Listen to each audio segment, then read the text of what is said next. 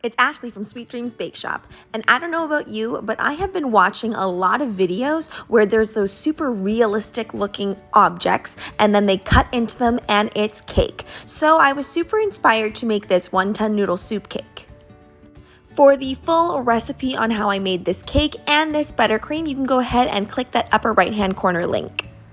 Since I want this cake to be super stable, I'm not actually going to slice it and fill it at all. I'm just going to crumb coat the outside and then I'm going to add on more filling to the top portion. Don't worry at this point if your crumb coat isn't super smooth. I have a little trick to get something rounded really nice and smooth.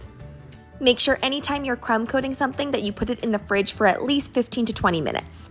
Now that it's come out of the fridge and it's completely solidified, I'm just taking my super clean hands and smoothing everything out. This way when we put the fondant on, it's not going to end up all bumpy.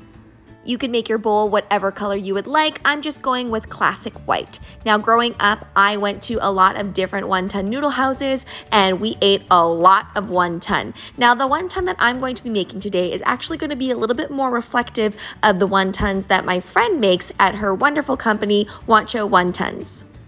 So you might have been wondering why I put this on a little platform earlier, and the reason is so that I can do this step a lot more easily.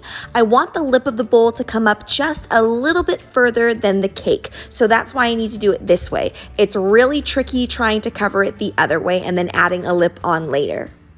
This super thick fondant circle is going to act as the base of our bowl. Not only is that going to look right aesthetically, but it also provides a little base for this stick to go into, and it makes sure that the bottom of the bowl doesn't rock around. That stick is optional, of course. You only need that if you're going to create the illusion of the chopsticks holding up those noodles. Otherwise, you can just skip right to this part where we're making the noodle color. Now, noodles, traditionally the way that I've eaten them, are actually flat white rice noodles, but I know that we usually see them like this in a lot of pictures, where they're more thin and have kind of a yellowish brownish hue.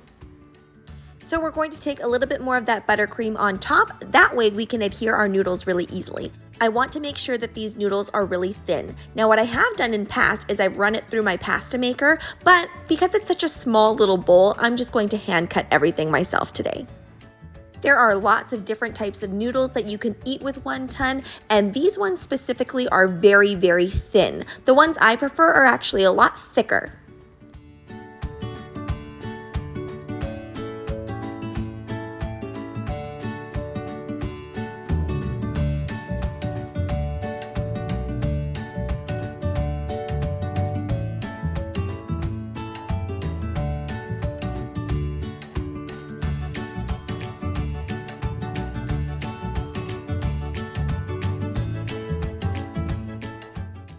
Next, we have to make sure that we have that gravity-defying element, so go ahead and take that same noodle color fondant and put it all over that stick. Then what you're going to do is slide in those chopsticks. These are just disposable chopsticks that you get with takeout usually, and then you're going to cover that with more fondant. There are no hard and fast rules when it comes to cake decorating. Whatever technique you choose to use is correct as long as everything is stable. Now, normally I would steam this in between and then just add those noodles on. Right now, I just want to have a little bit less things out on the table, so I am using my paintbrush with water to adhere things.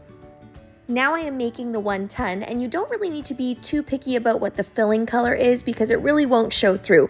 Now, to create the shape of the wontons that my friend makes, I have to fold it in half like this, like a triangle, and then you use a chopstick to kind of indent the middle and then join those two ends together. Adhere everything with just a little bit of water. Make sure not to have too much water because sometimes adding too much water can cause everything to get slimy and fall apart. Normally when I make wontons, like the real ones, I just kind of wrinkle up those ends and I don't bother making it look this beautiful. So it was really cool for me to actually learn this technique in order to do this cake. Moving on to the veggie portion of this dish. Now, normally when this is served in restaurants, I usually receive it with broccoli or gailan, but I always serve it with bok choy if I am making it myself. So today I am going to be making a little bok choy leaf here, And I'm taking that really light green color and I'm meshing it together with that darker green color for the top leaf portion. Now the bottom stem is usually kind of curved up a little bit, so I am curving it up, and it also has little lines in it as well if you look really, really closely. So I'm making sure that I put lines in that, and then I'm using a balling tool to get that leaf portion really nice and thin. It's important to get the bok choy leaves really kind of wilted looking because technically this is wonton noodle soup. So if this were in soup, it would be quite wilted. Now what I'm doing here is I'm mixing 1 or 2 teaspoons of gelatin with 1 teaspoon of sugar and mixing it with some warm water. Nailing the color of this is really important, so I'm actually using just a little bit of airbrush color in kind of a golden yellow to get that kind of chicken stock look. Whenever I would order wonton at a restaurant, the stock usually is overflowing and there's tons of noodles and things, so I'm really letting that stock drip down the sides. But have no fear when you are transporting this cake. Once you've refrigerated this overnight, it's not going to be sloshing around. It's going to be completely solidified and gelled. Next thing I want to do is steam my cake just to get rid of all of that excess cornstarch and to make sure that the colors are nice and vibrant. The last thing I'm going to be doing here is taking a little bit of airbrush color, which I've been painting with lately, and turning that a little bit more green. The trick to painting this in a more realistic way is just make sure that you start from the outer edges and then bring that green color into the middle. That way you're going to get a little bit of an ombre effect, which when you look at a piece of bok choy, that's what's happening on that leaf color.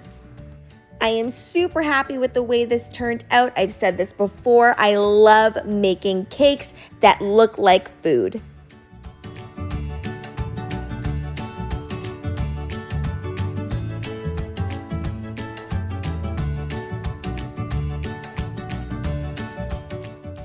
Thanks so much for watching, guys. Don't forget to like, share, and subscribe so you can be part of the Sweetie fam. Right now, I'm uploading daily, so make sure you hit that notification bell so you know when I upload.